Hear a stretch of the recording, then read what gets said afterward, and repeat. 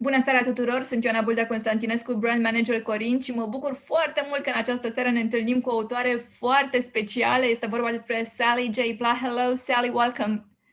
Hi, thank you for having me. Și de asemenea cu elevii de la Liceul Caragiale, care sunt unii dintre cei mai mari fani ai ficțiunii în general, aș spune, și ai acestei autoare. Bine ați venit cu toții! Bine v-am găsit! Bine v-am găsit! Bine v-am găsit! E grozav că suntem împreună. And now we switch to English and we keep it this way because our distinguished guest tonight, as I already said in Romanian, is Sally J. Pla, one of the most, how should I say, imaginative, outrageously talented, funny and endearing authors I've ever read, is here with us tonight, and we shall take full advantage. Hello, Sally, again, and thank you so much for sharing this evening with us. Oh, it is my honor to. I wish I knew how to speak Romanian. Maybe you can teach me a few words, but thank you so much for having me. I'm so honored and can't wait to talk to you all. So are all of us. We have plenty of questions, and since I suppose we do need an icebreaker, I'm the one who's going to start because the older ones always get to start now, and then we just pass the questions from one to another and see how it works. Now, I have to tell you, I totally loved your book, and to me, Stanley, this new book, Stanley Will Be Fine Probably, is first and foremost, I would say, a novel about friendship. This is the way I read it. And I just wanted to ask you if you agree to this kind of reading. Yeah, I think so. I think it's about friendship and wanting to reach out and make friends and feeling fear, you know, feeling afraid to or not knowing how to confront your fears and go about it and conquering that, you know, learning how to conquer that a little bit to reach out and make friends and be there in the world a bit. So, yeah. Yeah, definitely. It spoke to all of us, I think, and I'm very curious about your questions. So who wants to go first? Alexandra, great. Okay. What's your question, Alexandra? Okay, so I have a question. It's not just about the book. It's also for Sally because I'm really curious. I was wondering, when you write a book, do you first create the main character or the story of the book? Oh, that is such a wonderful question. And I think every writer does it a little differently. But for me, it's definitely the character that comes first. With the Someday Birds, I heard Charlie's voice speaking in my ear before anything else. I knew what he sounded like. And for Stanley too, it was him. He just came to me in bits and pieces who he was. And that drives everything. I think there's some famous writers that have that mention a very interesting way to approach storytelling. And they think the character is what creates the plot. It's not like separate things. If you have the character, and you know what that character wants and needs and yearns for, and you know what that character is afraid of and what that character's enemies might be like, then all of a sudden the plot becomes clear. So if you know that character, the character itself can create the story that character needs in order to grow and change. So you basically hold hands with the character and see where the character leads. The character leads the way, in a way. Yeah. Into the story. That sounds great. Bianca, you have a question too. So I technically have like 3 questions because I read both books and both books were really nice. From the first book, the Sometimes Bird, I wanted to ask you, what inspired you to create the character Ludmila? Because it's such an interesting character. Yeah, Ludmila is I think one of my favorite characters. And it's interesting, you know, I wanted to talk about war in the book. And I wanted to talk about it, not just about Afghanistan, where Charlie's father was, but the fact that just in general, why does this even exist? It's such a horrible thing. I know when I was younger, and like even today, I have a really hard time understanding why it is even necessary, why people have to do this to each other. And it's such a hard thing. And oftentimes we forget about the effects of war and how they continue on. And I know a lot of people in the United States completely forgot that Bosnia ever happened, that, you know, people tend to forget and they move on. And the news is always filled with something else to take your mind in different places. But I wanted to remind people that that happened. And it was really hard for a lot of people. And also, I met, particularly Ludmilla, I met this really wonderful, charming lady at a meeting once. It was like a convention, a writers' convention, an artists' convention. And I met her there, and we had just like a 5-minute conversation, just very quickly. And she was just very lovely and very nice. And she handed me her business card. And when I looked at it afterwards and went to her website, I saw she had been a Bosnian war orphan that had come over and emigrated to the United States when she was in her teens.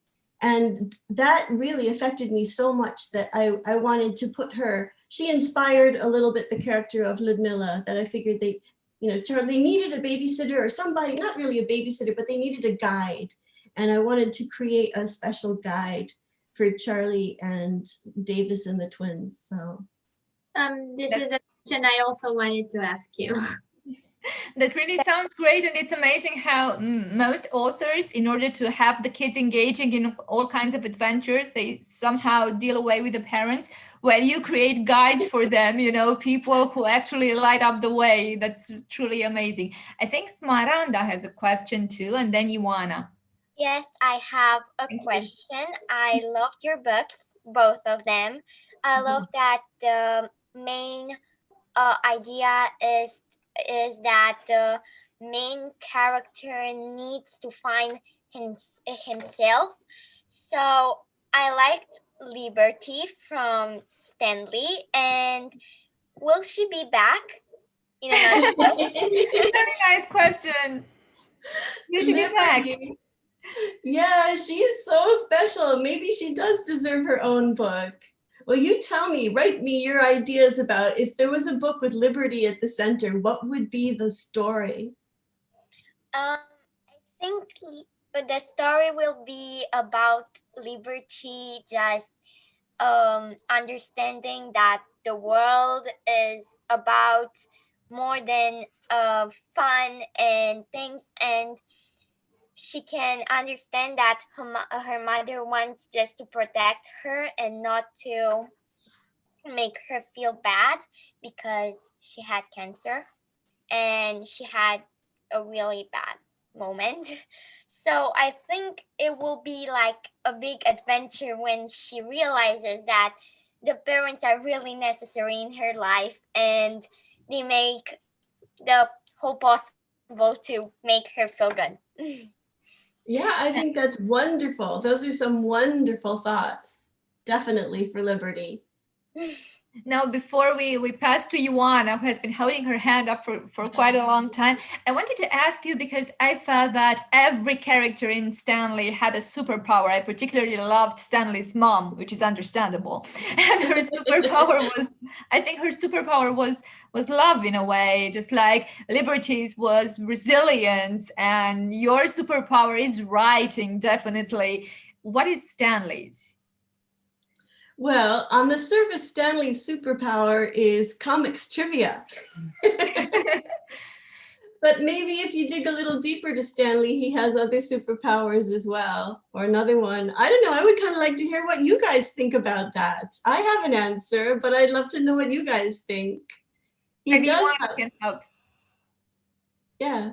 I think that his superpowers are his problem, actually. I'm not sure how to say it in English, but because he has that thing, he doesn't like too many sounds. He doesn't like too many. But I think these are actually his superpowers. How it was in the book with John Lockdown, he had like from his super, I don't know how to say it, from his things, he became super powerful, and that's And I think those are Stanley's superpowers. And I wanted to ask you, I read both of your books and I think they're amazing. But what do you think, which character in both of the books was the hardest to create? Oh, wow. Very good question. Yeah, that's an interesting question. Who is hardest? I think maybe it was Stanley's brother. I had trouble with Stanley's brother, Cal. Who bullies him and who's so mean. At first, Stanley had 2 brothers. At one point, he had 3. I couldn't decide how, then I thought that's too much. I have to consolidate all of the evil into one character and create this brother that's going to be sort of the villain and sort of the bully and the bad guy, but also be struggling with things on his own, be struggling with actually some of the same fears and problems that Stanley is struggling with in his own weird way. So maybe Cal, I think maybe he was the hardest for me to get quite right. Now, who was first in line? I can hardly remember, but Karina, we haven't heard from Karina. And then we'll take everybody. We'll have time for everybody, I promise. Okay. Hello, my question would be, how did you choose the topic of the book, The Sunday Birds? Is it something related to your childhood? Where did the idea of birds came from? Oh, the story definitely came from my own family life. Birds in particular, yes, when I was young, I loved birds. I was a very shy kid. I'm on the autism spectrum. I do have, like Stanley has sensory issues where he's super sensitive to things. I have that problem as well. I'm super sensitive to sights and sounds and lights and noise and all that stuff. My family jokes around because I startle really easily. I need things very calm in my life. So part of that comes from there, from exploring that.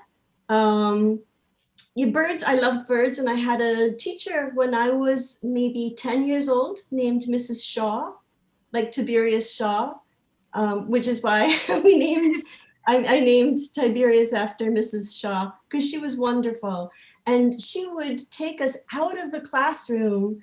I went to school kind of in the suburbs. It was near woods and streams, and it was near the water, but it was also close enough to city, kind of a nice suburb, but plenty of woods to walk in and explore. And she would take us out there and she would show us every berry and bush and tree and what their names were and the names of the birds and everything. And it was magic. I loved it. I loved getting out of the classroom into this new peaceful world where none of the chaos of the noise and the lights were bothering me anymore. And I could just be in the nature and hear all her stories. So I loved that so much.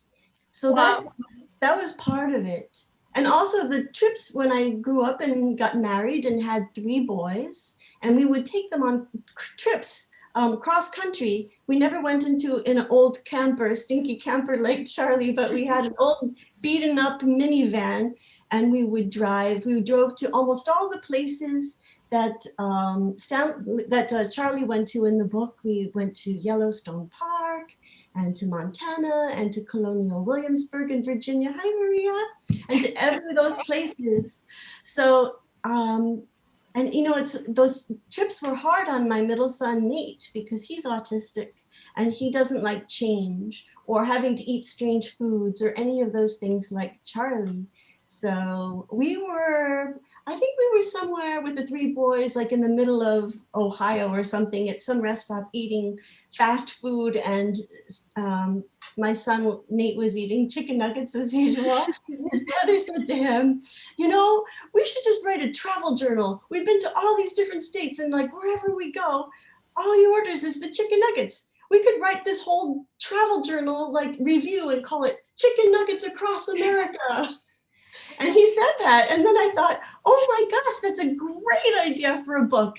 I'm going to just like tuck that idea away. And it wasn't for like 10 years later, but that was the idea of what I wanted to write. And that's a very long story of the ideas behind The Sunday Birds. It's a great story. Thank you so much, everybody. I want you to also meet my partner in crime. This is Maria. Maria, the rule is when you want to ask a question, you raise your hand. Yes, Okay. if you want to ask a question, you raise your hand. Now we go on with who was last? Who was, I think it was Alexandra. No, who had the question? Okay. Okay, so I have another question for you about, it's more about Stanley will probably be fine. I was wondering when I was reading your book, are you really a comic book fan? Because there were a lot of details about from the comics Stanley read in the past, and that surprised me really. Yes, Yeah. indeed. Lots of comics. You know lots of stuff about comics. Anyhow. Oh, yeah. I should show you my bookshelf and all the books about the history of comics that I read in order to write Stanley. I learned so much. I'm just looking to see what I can show you here. I'm not funny. I have a big Marvel comic encyclopedia and DC. And then I have books like Making Comics, you know, where I tried to learn about that and just everything about it. It was super fun. Oh, here's my DC Comics book. They're all on the shelves. Like, I read books like this. And all kinds of trivia books. It was really, really fun. And actually, I did it with my son, Nate, too, who was living at home at the time. And so we just read all of this stuff together. And he was a big fan and he really helped me through it. It was fun. I also felt it was like a love story with San Diego because the city was very present in Stanley. Yes. I live in San Diego. It's in very, very southernmost tip of California, right by the border California has with Mexico. So there's a lot of palm trees outside and it's pretty warm most of the year. It's a lovely temperature and it's a very nice place to live. The ocean, the Pacific Ocean is right a few miles from our house. And San Diego, the city, has this big festival called the San Diego Comic-Con every July, and people come from all over the country. It's a lot of pop culture things, and a lot of movie stars come, and comic book sellers, and just people dress up in the craziest costumes, and it's just this big celebration, and it's really goofy and really fun. So well, speaking of ideas, like the idea for Stanley, happened because I was supposed to go. We finally got badges to go to Comic-Con. My sons and my husband and me, we were going to go, but I broke my leg. I fell into like a construction hall when I was running and broke my leg really badly. So I was in a wheelchair and I was scared. I didn't want to go to Comic-Con. They were laughing and saying they would dress me up like Professor X, from the Avengers, and take me in my wheelchair and it would be fine. And it was like, no, it's too scary. It's too crowded. It's too noisy. It's too much for me. And I had to just admit to myself that it was just too much for me. I couldn't go. But that's what gave me the idea for Stanley. I was thinking, well, what about someone, a young person that feels just exactly like that there's something they love so much and they want to do it, but their fear holds them back. What would it take to help them overcome that fear? How do you overcome your fears and get out there in the world and do the things that you want to do? So that's what Stanley tries to do. I think Stanley is particularly brave because he always tries to overcome fear. And I don't think there is one of us who hasn't fought with this kind of trouble in the world, especially when we're growing up. We do face fear of the unknown. It's practically impossible to avoid it. Now, I think Bianca, we owe you a couple of questions. With one of them, Alexandra helped me, so I must thank her. Okay. But I wanted to ask you, so we have quite difficult times now, and in this time, did you create it more than usual, or how did it affect your writing? Oh my gosh, what a wonderful question. Very good question. Yes, it's been hard, actually. I've written a bunch of different things that are percolating in the background now. I've been wanting to write a book with a girl for a long time. So I have been working on that very steadily. I finished a book that is a sci-fi story set 100 years in the future, a hopeful future. And writing about a hopeful future was really therapeutic in a way. So I have that. So we'll see what happens with that. And I also worked on a series, which is really a departure for me, but I started looking back on, I guess because with you have the extra time, you know, you reflect and you think, and I started looking back on my childhood and wanted to write something more personally about me growing up. And I wrote this series of poems. So I have like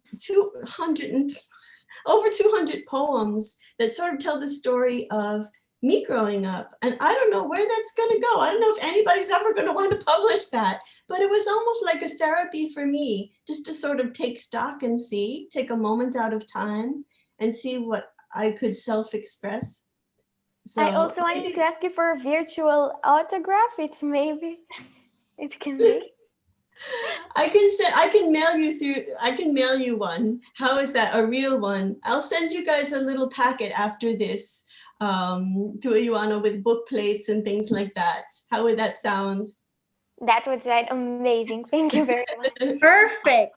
Thank you, Bianca. If you agree, Smaranda and Ioana, if you agree, I'd like us to hear from Daria and Sara because they haven't spoken, and then we'll get back to you. Okay? Do you allow them to cut in? Because they haven't spoken, and yeah, okay, you're on the second turn. Thank you. Okay, so Sara and Daria, actually, it was, yeah. Sara, you can go. Just shoot. Also, can I go first or Daria? I don't know who was first of you, but I think you can, yes. Okay, so first of all, I loved your books. And my question was, when you write the books, your characters are usually inspired from people you've met or from your imagination? Both. There's such composites of people that I've met or conversations I've overheard or thoughts and ideas that have been floating around forever. So they're all just sort of a mosaic of all those different things kind of put together. So, yeah. Great answer, great question. Daria, what about you? My question is kind of related about the stories. Do you think Stanley would be friend with Charlie? Would they be friends? You know, yes. I thought for a little bit of a while of putting them in the same neighborhood and making them be like, you know, cross each other on the street or something, or be on the same bus or some silly thing like that, so that they could meet and be part of the same world. But yeah, I think so. You know, they do kind of come from the same sort of world, in a sense, and it wouldn't be strange to think of them meeting. That would be kind of a fun thing to do. That's great. Ioana, but that's a very imaginative idea, you know, to put them together, Daria. Yeah, having them meet. I like that. Okay. There's a word for that too, when there's like a little something in a book that calls back to a different idea that only somebody that's read the other thing will know, you know, and they call it an Easter egg. They say it's like planting an Easter egg in your book, and then it's like a little wink to the readers that know both things, you know. That's great. Ioana, I know you've been waiting. So, I have a question. If you would go to that trivia quest, do you think you would win? Very good question. I would definitely not win. I would definitely not win. I know only the tiniest little bit. It's amazing what some people know about the history of the films and the comics and every little detail about everything. People are amazing what they know. I'd be kicked out like right away. I love that question. Smaranda, what about you? I like that Ludmilla and Liberty were like almost the same person because they had a bad past, both of them, and they were kind of rebel, or we can say like that. But Liberty actually had a problem, so an explanation. But my because you asked us what is Stanley's superpower, I would like to say that Stanley's superpower is to fight with himself to go further, because when he lost Liberty and he dropped his phone in the toilet, he didn't actually give up, even if he wanted. But when someone else tells you you're not good enough for this, you actually do it better because you want to be better than they say. So I think Stanley's superpower is the ambition to do anything someone can say he can't do. Oh, I think that's so perceptive and so wise, Smaranda. And I agree with you. I think that's absolutely it, right? It's that power to push through, to know yourself well enough that you can push through and have the courage to do that and push yourself forward into something that you still find scary, but you push yourself. You have the ambition, just like you say. And nobody's ever pointed out before about Ludmilla and Liberty being so similar, both being kind of tough rebels to compensate for a difficult past. I never actually thought about that myself. Totally new idea. So very brilliant, very brilliant. Find out new things about your own books in this conversation. Yeah, very interesting. Alexandra and Danny Linka preparing, okay? I wanted to say, because you said there's a San Diego Comic-Con there where you live. We also have a Comic-Con every July in Romania. I went once. It was really fun because I went with one of my friends, and there were a lot of people that had costumes, and it was so funny seeing them pretending to be heroes and superheroes, actually, and all their favorite characters in comics. And I wanted to say about Smaranda said about Liberty that she should have her own book. I wanted to say that if it would be a book about Liberty, I think it would be how she tries to fight with the cancer, but not fight and be so sad and just complain about this thing. Just that she would be happy and feel that this is something that will power her up, that will make her stronger. And now she's she has a lot of experience with bad moments, so she can. Yeah, that's so perceptive, such wonderful ideas you say. And it's so true, isn't it? When you go through bad things and really hard things, it does make you stronger and wiser and gives you gifts. The tough stuff in life gives you gifts. And we're going through a really tough time right now, everybody.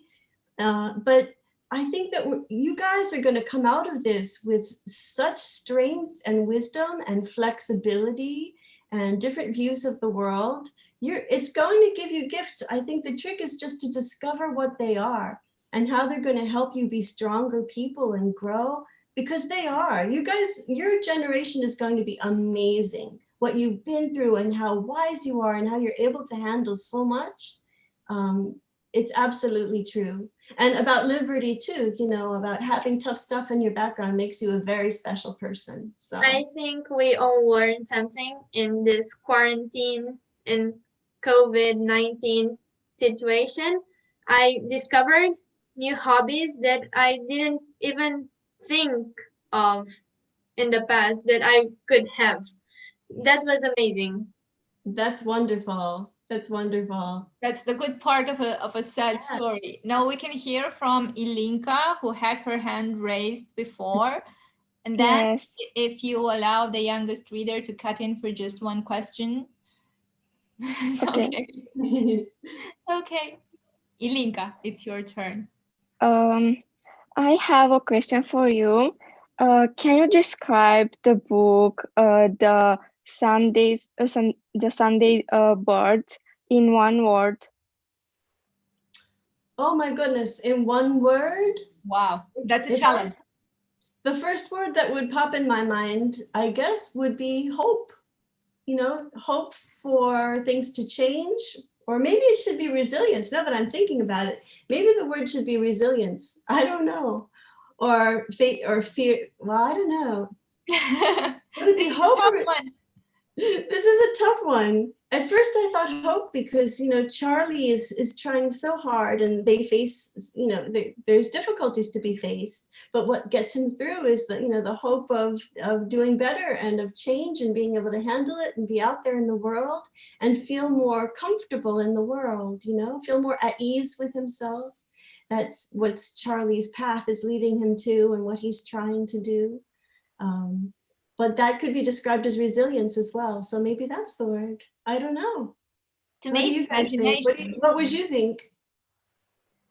I think hope, because Charlie, he wanted that his dad to be okay and his family to be okay after that travel.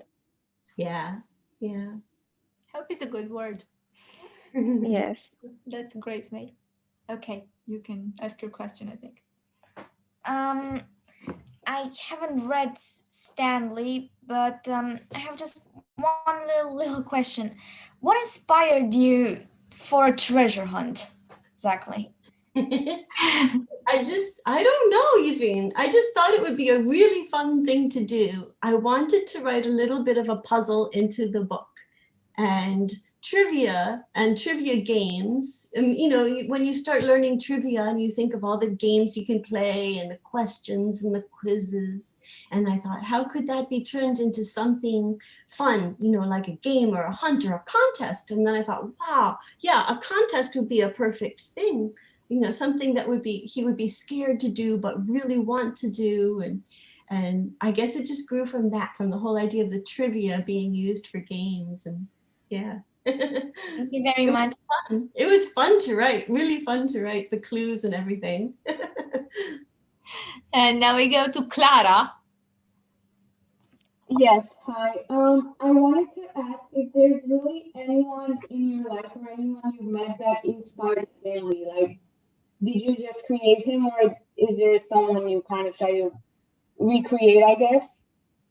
No, oh, you know, there's one thing. Where is it? Oh, here it is. I have to show you something. I was thinking about Stanley so much, you know, like, okay, I'm going to write this new book and there's going to be comics in it and the Comic-Con, and that's where it's going to be set. And I had an idea in my head about Stanley and his fears. And then it was my birthday and my sister-in-law sent me a birthday card. And when I looked at the cover, I thought to myself, this is Stanley. And here it is. It's been up on my bulletin board for all this time. And can you see that? Oh my God. It's one of those pictures that when you tilt it, it changes. So it looks like he's lifting the weights and then his arms go up and down. But look at that face. And then I thought, this is my boy. This is Stanley, because he is scrawny but brave, and he's, you know, he looks weak but he's strong and he's trying to be stronger, and that just sort of encapsulated for me. It's like, yeah, okay, I know what he looks like now. And then when Steve Wolfhard, the artist, drew the cover for the book, look how he drew Stanley. He's not very much different from that funny little card that I got so long ago. And no, he kind of looks the same. Yeah, he kind of looks the same, doesn't he? And Steve didn't know about the card or anything. So I thought it was interesting that I saw this and it put the picture of Stanley in my mind of who he was. And I wrote the book. And then the illustrator from those words, drew a picture of a little boy that was so similar. So I don't know, I just kind of like that. That means that the writing was evocative of the same traits. I mean, yeah. So, we go to Daria, I think. My question is related to Stanley. Why did you choose to connect him, who has kind of an anxiety, and he doesn't really like loud things, with superheroes and comics, which are literally loud things and a lot of things, and it's not something that in real life, at least at the beginning, he don't looks like the kind of person who would be in a superhero movie or something like this.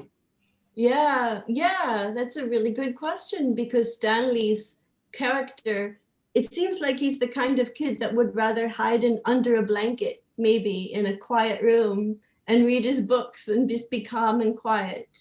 But instead he loves superheroes and loves the idea of these invincible heroes that can do all of the things that he cannot. So I think maybe sometimes we're drawn to the things, the people and the things and the heroes and the ideas that are everything that we're not, are the things that we wish we could be more. But don't we all? I mean, we all project into a better character and imagine our own superhero version of ourselves coming to save us when things get rough. Maybe we all need a superhero right now, and this is maybe why we turn to books and fiction, because we look for something or someone who's not here with us to hold our hands and make us be less afraid. It's one idea. Yeah. Bianca, I think. And then we have Ioana, Smaranda, and Alexandra. And then we're going to easily, I suppose, wrap up at some point. Otherwise, your parents will kill me. So I cannot hold you for more than 1 hour. But Bianca, please. I wanted to say in the book with Stanley, I found the principal of the school really hilarious and really funny. Yeah. And I wanted to ask you, was something that inspired you to create this character? And especially the message, John Lockdown, which was their secret code, so to say. I really found it funny when Stanley shows her the comic book, and she was like, you said our secret code to the world. Yeah, Principal Coffin is kind of a funny lady. She means really well, but she ends up scaring Stanley half out of his wits with all of her approach to things. But yes, there is a little bit of reality in Principal Coffin, and that's when my boys were young. The elementary school they went to had a lovely man who was their principal. But he also had kind of wild ideas about safety and security, and he did give the kids the actual code for like an intruder alert. They had to do an intruder alert drill. If, God forbid somebody came into the school would all go into lockdown and everything. And his code word that he was going to say to all the teachers over the intercom, over the microphone, was going to be, John Lockdown is in the building. That is actually what he had. So that is taken directly from reality, from Principal Peter Kophammer was his name. And I gave him a copy of the book and we laughed about it later. But the kids used to, I was afraid. I didn't like that he did that. I thought all of that attention would make the kids be more afraid. And I was worried about those drills. I know here in the United States, that we have crazy gun laws where people can get guns so easily. And we have had problems with, of course, the shootings in the schools. And this is something that seriously makes parents and children so afraid and anxious. It's a bad situation. So I wanted to treat that, but not be like super scary about it. I wanted to talk about how when my boys were young, well, I'll just tell you the background straight. When my boys were young, I was afraid that they would be worried about this John Lockdown is in the building talk. but they weren't at all. They came home and they started playing games. They were very young, but they would come and they pretend to be like James Bond, chasing each other through the house with like fake guns. And I remember my middle son, he was chasing his brothers and then he hid quickly behind the door. And then he looked at me like he was holding a pretend gun, and he looked at me and said, "My name is Lockdown, John Lockdown." Like he was being James Bond or something. It was so silly. And I thought, well, this can get to the point of just being ridiculous, but I think we need to talk about this. I think this needs to be in a book. So that was part of it. I personally love the way in which you actually tackle a very serious subject in a book that is both for children, for younger, let's say, adults, but for parents too, because we all worry about all kinds of things, and there's a Stanley hidden inside every mother and every father, especially nowadays. I think we all need a John Lockdown to come and rescue us. So it's very good to need. Yeah, it's absolutely true. We're all pretty anxious these days. We all share that. For Stanley, he has sensory issues too. Where everything is too loud, too bright. It's called sensory processing disorder. So he has that, and he has his anxiety and his fears, but we all share some of those traits. We all share those feelings, and we can all relate to that. So, yeah. We go to Ioana, and then Smaranda, and then Alexandra, and then Daria. Okay. Where did the idea of John Lockdown and Doc's drawings come from? I mean, he started actually doing something from the superhero of John Lockdown. How did you think about his story? Just that how he would, I wanted to give this little mystery, just add a little subplot of mystery that would be fun. And it seemed like something that poor Stanley would really want to do. He loves to draw, he loves comics. He's stuck there all alone with an easel and markers to just be pure wish fulfillment. Wish for somebody that can be his superhero, that can solve all of his problems and draw it. And then I thought, well, wouldn't it be cool if some mysterious person answered back, or that it kept on going on. And we wanted actually there to be even more comics inside the book than there are of that interplay back and forth between Stanley's version of John Lockdown comics and then the mystery artist adding more to it and it going back and forth. But we kind of ran out of budget money for all of the comics. But it just kind of grew from that thought that would be fun. And Doc, the character of Doc, did also come from the wonderful little school that my sons all went to, that they had a custodian whose name was Doc. And he didn't draw comics and he wasn't an artist or involved in any of that, but he was the kindest, nicest man that you'd just ever want to know. He was just so lovely and so nice. He would open the milks for the kindergartners every lunch period. He would help anybody with anything. And I just thought he needed to be somehow in a book. So you got him in a book and we got to know him, which is a thing we thank you for. A lovely character indeed. Now we go to Smaranda. Yes. So Stanley has a hero that becomes a reality. Actually, that's what I thought about when I knew that Doc was in a costume of John Lockdown, and now I think Stanley's superhero, it's actually Doc, because he made him thought about, whoa, that would be cool. John Lockdown would save me, and that would be cool. And my question is, does Liberty have a superhero? Oh, that's a wonderful question. Yeah. In some ways, maybe Liberty is her own superhero. She's so heroic, maybe she doesn't need anyone to save her. Maybe she's the one that saves others. But I don't know, maybe that's wrong. Maybe she does need a superhero, and who is that? In some way, maybe it is her mom, but she doesn't recognize it yet. that we have you have a whole new subject for a book here. Everybody wants to see liberty go on. Yeah, yeah, so interesting. This is a winning bet. Ioana, I have a question from the audience. Actually 2 questions. We got some comments on Facebook. So girls, if you want to let me put these questions, and after that we will get back to your questions. You have Alexandra and Daria. Okay, so the first one is from Karina. I think she wasn't from the beginning with us. She's asking, why did you write the book? What did inspire you, Sally? So maybe a short answer. I think it's related to Stanley and not the Sunday Birds. Yes, Stanley was inspired by, I guess, just me thinking about fear and how much we push ourselves to overcome our fears. At a time when I had a broken leg and really wanted to go to Comic-Con, but was too scared. So maybe in a nutshell, that's pretty much what it was. And of course it grew much more from there.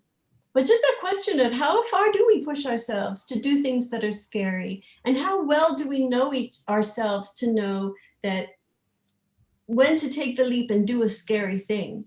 You know, something to think about too. And why do we want to do the scary thing? Do we know that it's something that's good for us, that will help us grow? Or maybe somebody else is pressuring us and that's not a good idea. It's a complicated thing to think about. But that's a wonderful idea. How far do you have to push yourself in the end, and how much is it? How good is it for you? Right, and that's different for all of us. And sometimes we think of ourselves as failures when we don't want to do a scary thing. But if you know yourself very well and you know you're not ready for it, maybe sometimes that's the right decision. Who's to say? Anyhow, we all have to make those decisions and think them through. So a lot of the story is about just that. I love that. What's the second question? Thank you, Sally. The second question is from Damiana Mirela. What is it like to be a writer in our times? Does the world judge? Is it hard? In some ways, it's probably never been easier to be a writer because there are so many different ways you could get works published or get your words out there and share and connect with other people with your writing. And in some ways, it's never been harder because also, you know, publishing companies are going through changes, and it's, you know, writing is one of the most beautiful and easy things when you are personally self-expressing and getting your ideas. And I hope all of you guys are writers because you have amazing minds, clearly, and incredible things to say. You know, but it also can be really hard, and you have to be ready for rejection if you are putting your work out there in the world and wanting to get it published, and realize that you're going to probably get 100 rejections for 1 acceptance if you want to have a book published, or even more. It's much more, actually. It's hard, and you cannot take it personally. You have to learn to look at your words as, yes, your heart and your soul on the paper, but also kind of as a text product that you can change and make better and look at objectively. You have to look at it objectively and always think about your audience and what they want to see. So I don't know, I guess I'm giving kind of a rambling answer to that. It's hard, but it's also easy, but it's the most rewarding thing that I think you can do. And I hope everybody does. I hope all of you do with your beautiful minds and thoughts. I hope you're writing down your ideas. You make it a journal. Sound amazing anyhow. This is wonderful. Thank you, Sally. And you actually answered the third question that came on Facebook. What advice does she have for young writers, from Irina? So thank you, Irina, for the question, and thank you, Sally, also for the answer. We still have Alexandra and Daria pending before we wrap up. So please, let's hear from you. Okay, so I have some things to say. First is a question. It's about a character that no one has asked anything about. I think it's called a master. I'm not really sure how is it in English, how it's his name. The creator of the of the Comic-Con, of the festival and everything. Yeah. Yes. I was wondering, who is he? I mean, what does he? Because if this master wouldn't be a character in this book, there wouldn't be any trivia quest or something that would make Stanley and Liberty friends, which is a really important thing. Yes, the master plays an important role, and he adds a bit of mystery to all of the goings on and excitement and all. But that's his function pretty much. You know, he is not really based on anybody real, but just thinking about all of the people that work hard and are kind of, they love to dress up and be mysterious and, you know, do cosplay and be kind of goofy and fun and support having fun around the comic fests and comic cons, thinking of all those people. And I know some of them, and he's a character sort of like that. So he's a character that helps the plot go along, but probably not, that's his main function, is to, you know, to help the plot along, just exactly as you said. And I wanted to say that I love the names you gave the Stanley's chicken, Henrietta, and the others. It was really fun. I think Liberty is my favorite character in this book because she has a problem that also someone in my family had, and it makes my grandmother had cancer, but she didn't win this fight, and that made me think about what a warrior my grandmother was, and that she was a wonderful person. And I'm sorry to hear about your grandma. I was really small when she had this problem, and I didn't realize how important this is, but now I do. And thank you for the comment and for telling us a bit of your life through this story. Oh yes, actually, the reason why Liberty has that particular kind of cancer is because it's exactly the kind of cancer I had 8 years ago. So I knew to write about it. I could write about it because I had it myself. And I also did want to write about cancer because it does affect kids and it affects people, and, you know, but things are getting so much better. There's so much progress. You can survive a cancer and you can be fine. And we need to actually be able to just talk about it and not make it be so scary that we're afraid to talk about it. Because I think if you throw sunshine on things and you bring them into the light and you talk about them or show them, they become less scary. So that's what I was just kind of hoping to show, how Liberty, that's the positive and good thing about Liberty and her toughness, is she's able to just go on. She's gone on. She's going to live with a good life, and she doesn't see any need to worry. Of course, maybe she's a little wild, but maybe she should be a little more cautious than climbing tall trees and doing daring things. But yes, when somewhere in the book, yes, one of the characters said, I think her uncle said, "I'm glad to see that Liberty wants to eat again." And then I realized I knew what problem she had. I knew it was cancer. Also because of the short bleached hair, and that I knew these things. And I was wondering if the book is going to tell us that she had this problem, because I think Sally totally understood that we love this character, and I think maybe we can all hope that a new story about Liberty will come along. We still have Nadia and Ioana very quickly. I just wanted to ask about the first pages. There is like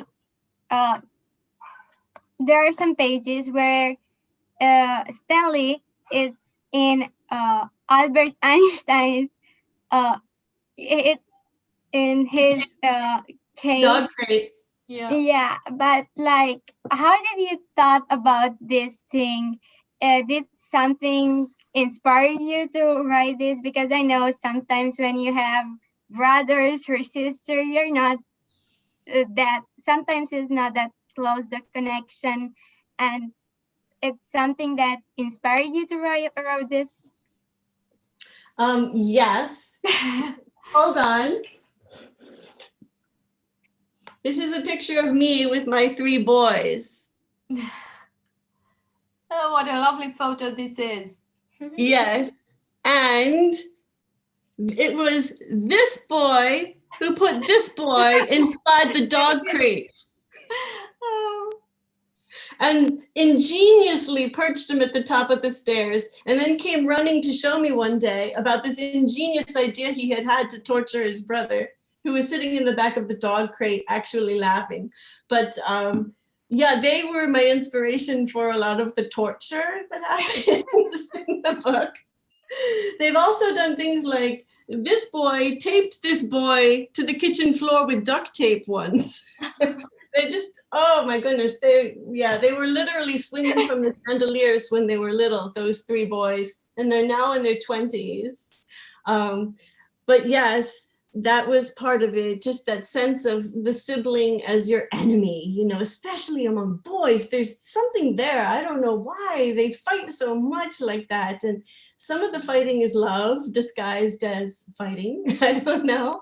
But yeah, that really inspired that. I knew I instantly loved the mother the moment she stepped in on that scene. I loved her. So. Now we have Ioana.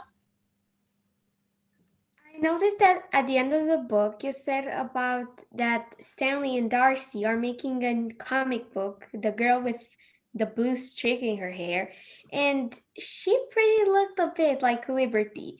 Have you ever thought that in the next book that I'm saying a bit of idea.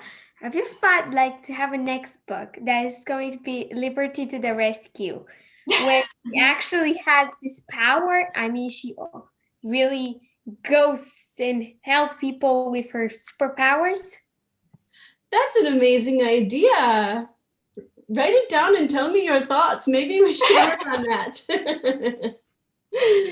No. We all cross our fingers for Liberty. Everybody voted for her, but we all cross our fingers for another novel from you, because apart from the characters we all learn to love, we love your writing, and I hope you could feel this in this meeting, which was live on Facebook. And I want to thank all of you for being so great, actually. I think this is the word that defines you. You are amazing indeed. I love that heart, Ioana. We should all make it in the end for Sally. And thank you, Sally, for being with us, for writing these wonderful stories, and for being, apart from a great writer, the person you are. This is from all of us. Oh, I love you guys too. You are amazing, amazing, brilliant question asking, thinking, loving people. And I'm just so glad I had the privilege and honor to spend an hour with you all. I feel you're all my friends now. Thank you so much for reading and for all your wonderful thoughts. Thank you once again. I hope you'll do it again soon. And goodbye, Sally. See you soon. Have a new book for us. Goodbye, Sally. Goodbye, Sally. Thank you. Bye. Bye. Bye. Bye. Bye. Bye.